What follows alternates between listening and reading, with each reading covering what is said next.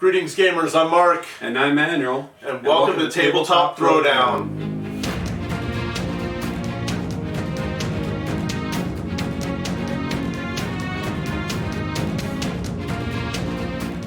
So Mark, how are you doing today? Doing pretty well, buddy. How are you? I'm doing pretty good. I'm very excited about today's episode. It's our first Tabletop Musings. It is. It's time to do some discussion. Great. So what's on your mind today? Well, Dust Studios, makers of Dust 1947, have closed their doors and ceased production. The game is back in the hands of fans once again. Wow. That's unfortunate news. It was such a great system and I enjoyed it so much. It's a very unique World War II system. It is a unique, weird World War II system, and it's beloved by fans. The news was pretty surprising to people on Facebook. We'll talk more about that in a moment. But a lot of enthusiasm to continue playing and a lot of support and gratitude for the work they've done. Awesome. Yeah, I was caught a little bit by surprise by the announcement myself.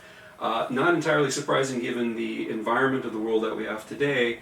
But just it was such a beloved system that we've enjoyed for so long, and I'm pretty sad to see it at the state that it's come to, but hopeful for the future of it as well. Absolutely, and that's what we're going to focus on today, the future. So what is Dust 1947?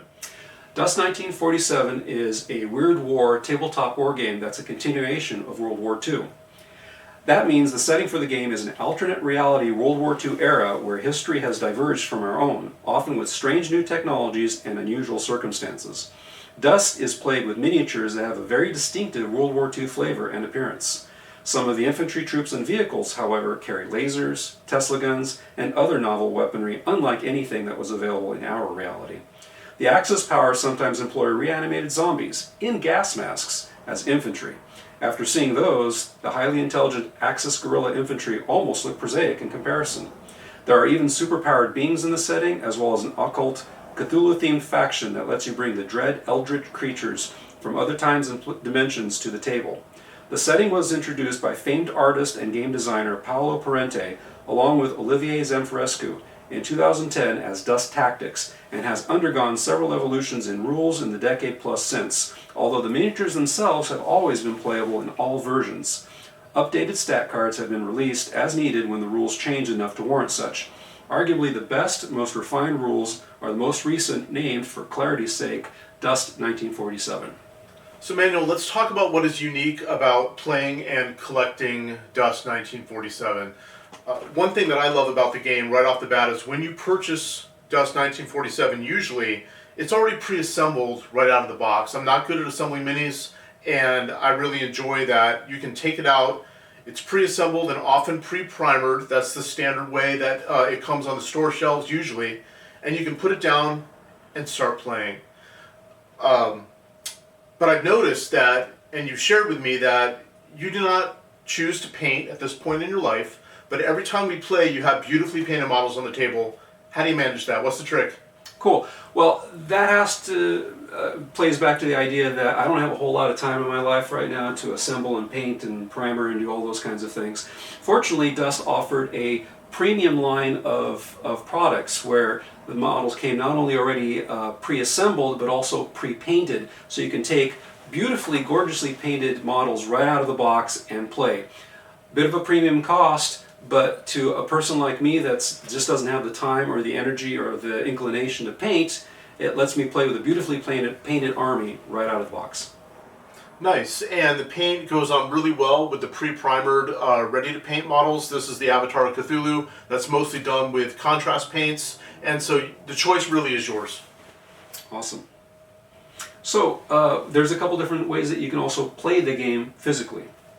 Yes, playing on a grid is very common. They sell mats, and they also come in the starter sets. And the grid is extremely fast, intuitive, and easy to use. Some of the benefits are you just grab the models, move them. There's no measuring. There's just counting the movement squares. I also like that the two-dimensional terrain is very portable and easy to bring with you. There's also very few arguments with Dust 1947 when playing on a grid because everything is measured from the center of the dot, or whether or not it clips an angle. It's very convenient and it's very fast, player friendly. Gotcha. Now the Dust 1947 rule set also allows for a variant gameplay where it's tabletop free measure. Yeah, some people really prefer to do that. They can take out all their terrain, make a nice battlefield, and get out that tape measure the way that they're used to. An announcement was posted by Gregoire Buzzbala on September 29th on Paulo Parente's Dust 1947 official group Facebook page, stating, "The war is over." It was a heartfelt and thoughtful message.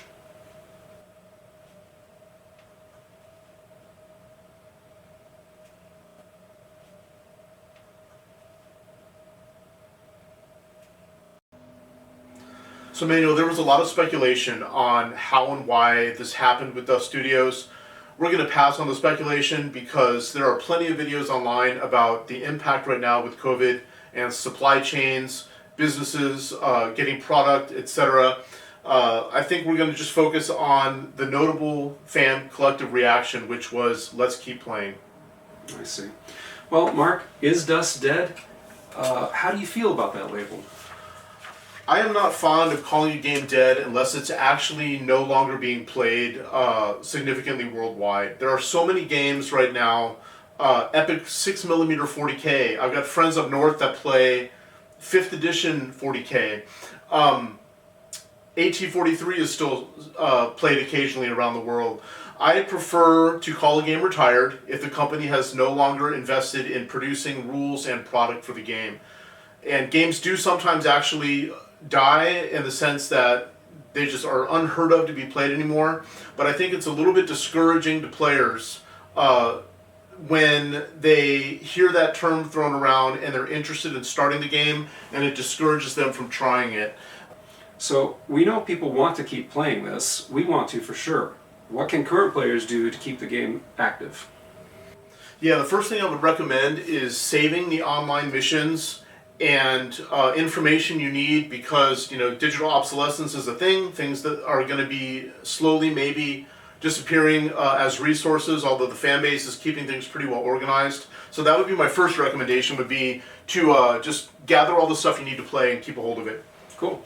Well, and I think it's important that people actually play the game. Just play it, and then document somehow, social media, Facebook, what have you, that you're playing, post pictures of you playing, things of that nature.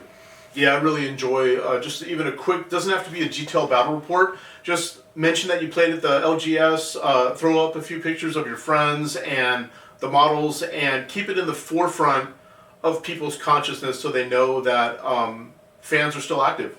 Yeah, and speaking of fans, always stay open to the possibility of introducing it to new fans, new folks that might enjoy the game. They see you playing it, enjoying it, and you might be able to hook in some new folks. Absolutely, and keep in mind that army building is relatively straightforward with this game. You also get a bonus for staying kind of faction pure and fluffy, and the bonus is not complicated. It's just an additional 10% of your points that are kind of free and gratis. So keep that in mind too. Easy to build an army. Yeah, army building is really so simple in this game, much simpler than most other games, and it's one of the forefront aspects of playing the game. Total selling point, yeah.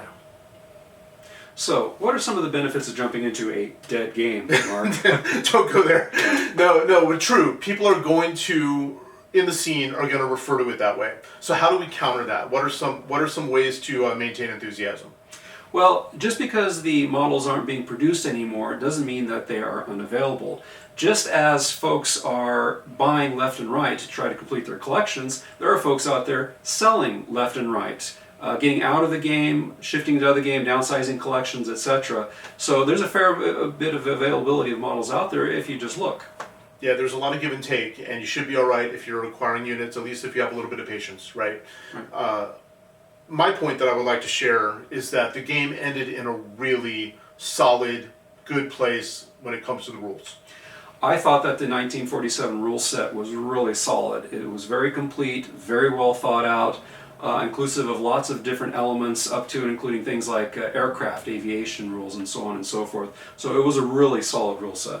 Yeah, one thing I really respect and appreciate with Dust Studios is that they did not, at the last minute, do a money grab and put out a new rule book that was poorly thought out. They stayed positive. They did not throw in a broken faction at the last minute to try to make revenue. They even considered the fans to the extent of specifically rounding out the IJN, the Imperial Japanese Navy, and the Mythos forces to make them as playable as possible for people once the game was retired. Gotcha. Okay, Mark, there's going to be some challenges to continuing playing this game. Always. I'm concerned about stat cards. The stat cards for the older models, which generously covered every previously released model, they could be hard to get prior to this announcement. Now I'm a little concerned about grabbing those up and people not being able to get them. That's a really valid point. So one of the first things that any either existing player or new player, especially if you don't already have them, is to go ahead and grab those packs of stat cards. Now, having said that, there are groups of fans out there that have built, put online, their own slightly redesigned, reformatted stat cards that are available for free as PDFs, and they print up beautifully. In fact, those are my option that I use when I play the game. Is I don't use the official stat cards, I use the fan-made ones because I like the layout better and they read better than the official ones. Also, don't forget that you still have the app out there. The app available on iOS and Android is, as of this recording, is still available online in the app stores. And once it's in your library, once you've downloaded and installed it on your device, it will remain in your library in the future, even after they've pulled it from the App Store, generally speaking. So you'll be able to use that for years yet, probably, until it becomes incompatible with future versions of the operating system. So for the time being, it's still out there and it can still be used. So the next issue that's a bit of a concern among some players is that certain factions are more fleshed out and complete than the other ones. The newer factions have a few less options, a few less models. Yes, that's true, and you'll have to find ways to mitigate that and get around that. So what does that entail? Give us some examples. Well, forming agreements with your players, with your player base, and having a bit of a dialogue about the game may be in order. And other systems talk about this concept, but it's pretty straightforward with Dust. If one person has a really fleshed out Axis army with firepower and machine guns, anti-air, the whole 9 yards, and someone else is playing Mythos, and they're just lacking the units that they wanted to get, eBay hasn't arrived yet, that kind of situation, maybe you play a scenario where the defender has only 75% of the troops. That way they don't have to have quite as many on the board. Another option is to just simply take a look at it and have the German player adjust just a little bit with what they're bringing to the table so that you have a good match. That, of course, is up to the game group, up to your style of play. Might not be suitable for tournament-type games, but Dust never really was that. It's always been more of a friendly competition. Gotcha. And two, let's keep in mind, folks, that we have a setting here, the Weird War II setting, which is a World War II environment. There's a lot of model kits out there available and lots of figures out there available that are the appropriate scale, 1/48, 28 millimeter scale, and you can dustify units to use in your game. It's called dustification, right? Fans call it dustification, where you take a historical model kit of a tank or an armored car, or even infantry units, what have you, and you mod them up and you modify them to be more dusty, more dust-oriented, as we mentioned earlier in the episode, where you have this environment where there's Tesla guns and walking robots and things of that nature. So you can feel free to take things that look World War II in the appropriate scale and bring them into your game. Nice. That's a good option for hobbyists for sure, especially. Absolutely. So Mark, what's next for Dust 1947? Well, let's speculate a bit. Let's speculate. This game has been through Fantasy Flight, Battlefront, a very troubled Kickstarter, and the current successful 1947 edition. Do you think someone is going to continue to bear the torch? Well, I think the IP still has a lot of value. It's got a lot of name recognition, a really dedicated fan base, and I think it's entirely possible that there might be someone out there, some company out there that would be willing to pick up the torch and carry on with this game and release new materials and models for it. Sure. In the meantime, we'll just keep loving it, keep playing, enjoying our collection. Absolutely. Yeah. Feel free to show it to folks, bring new folks into the fold that might be interested in it. It's an elegant system. It really is. It's a really solid rule set. We enjoyed where it is, and we'll just keep playing. Absolutely. And on that note, we want to thank the staff and creators of Dust 1947. Here's a message from Paulo and Olivier. Dust's background story ended with Paradise Lost, the end of one world, announcing the beginning of a new one. This is now the story that you will have to tell. For even if we close shop, that doesn't mean the world of Dusk will end. It will stay alive as long as you will be playing, painting, and dreaming about it.